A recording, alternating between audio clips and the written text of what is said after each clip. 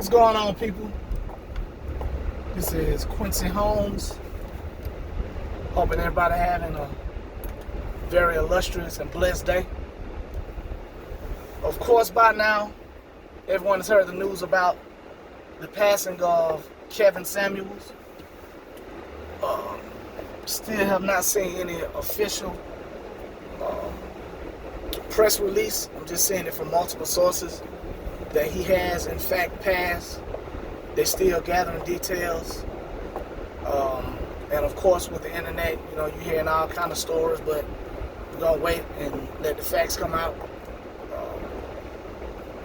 But what's alarming is that I'm actually seeing people, both men and women, celebrating the passing of this man as if he was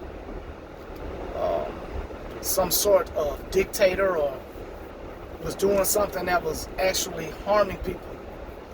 Now, in this world, our God-given right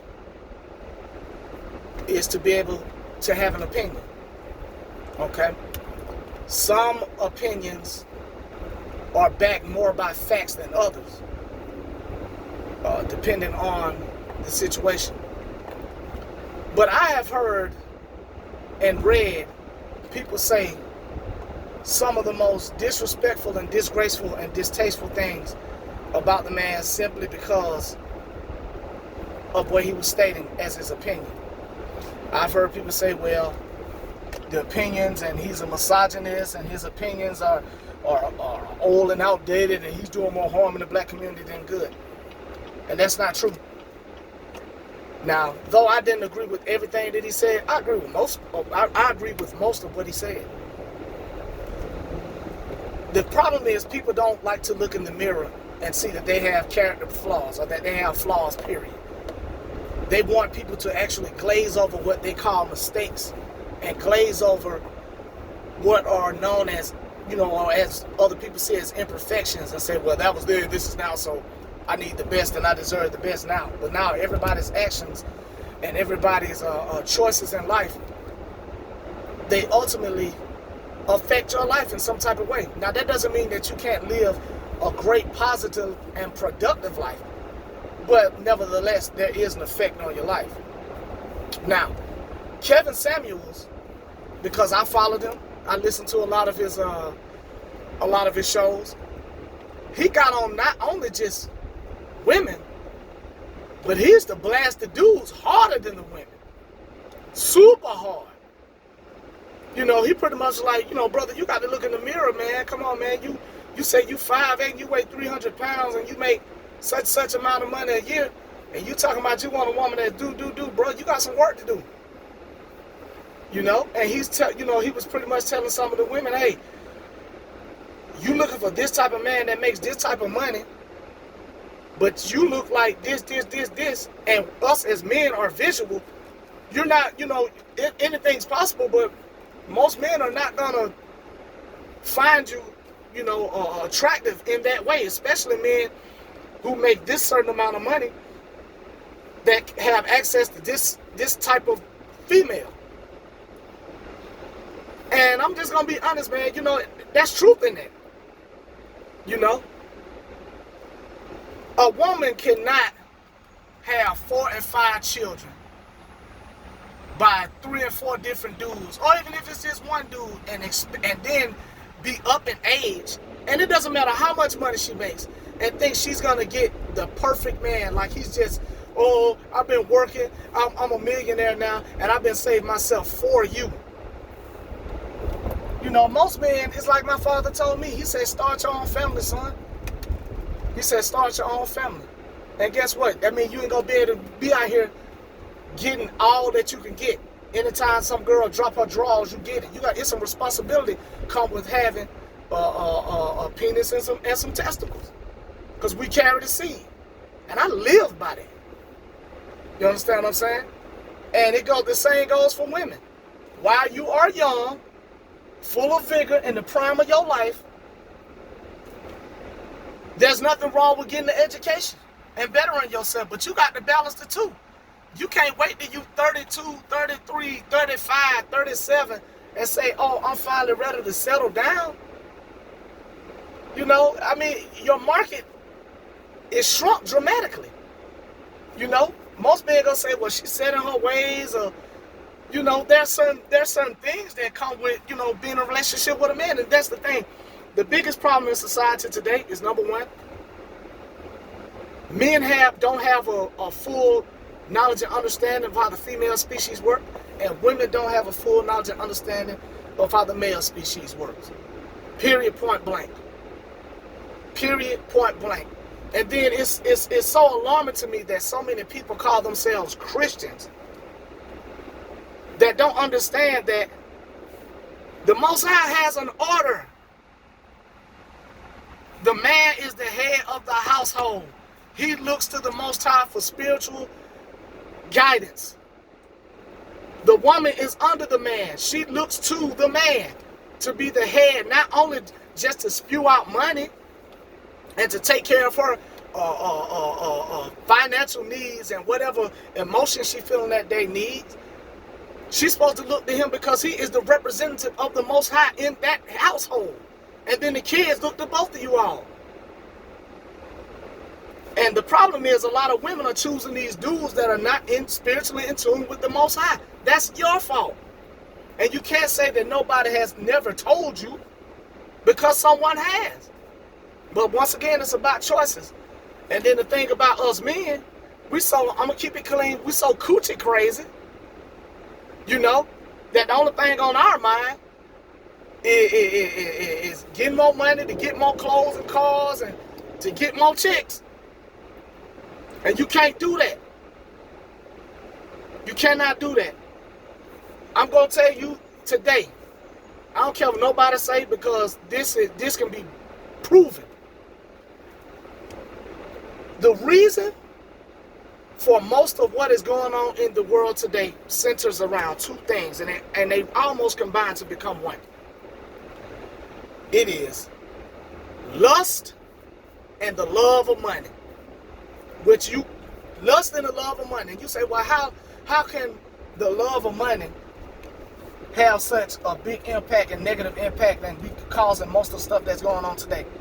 Let's look at it from the man perspective. You got dudes that rob, steal, kill, scam,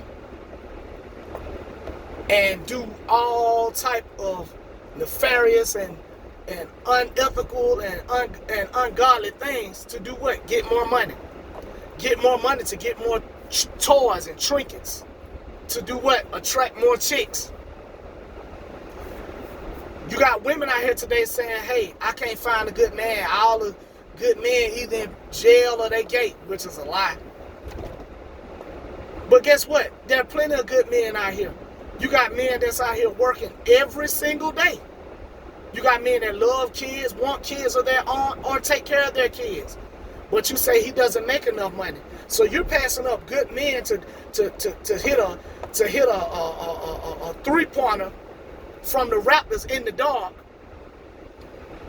because you want to live a certain type of lifestyle.